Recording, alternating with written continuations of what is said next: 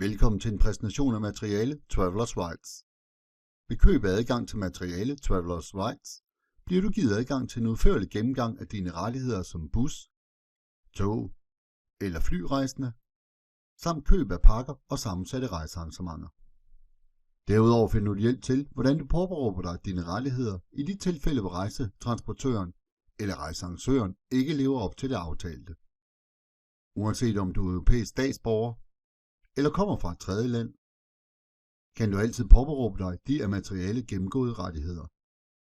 Du kan påberåbe dig rettighederne ved rejseaktiviteter inden for EU, men også visse rejser, som afgår fra EU og til land uden for EU, eller fra et tredje land til EU, kan være underlagt de gennemgåede rettigheder.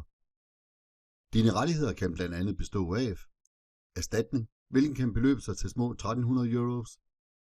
Kompensationen kan udgøres af 600 euros.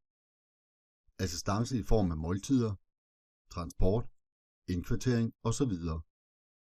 Det er væsentligt at pointere, at det er vigtigt, at du overholder de af lovgivningen opsatte tidsfrister, da passivitet vil medføre tab af dine rettigheder.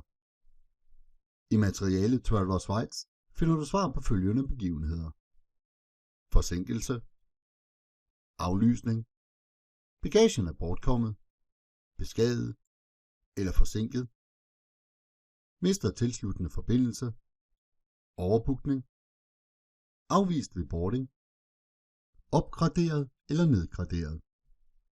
Rejsearrangøren erklæres konkurs.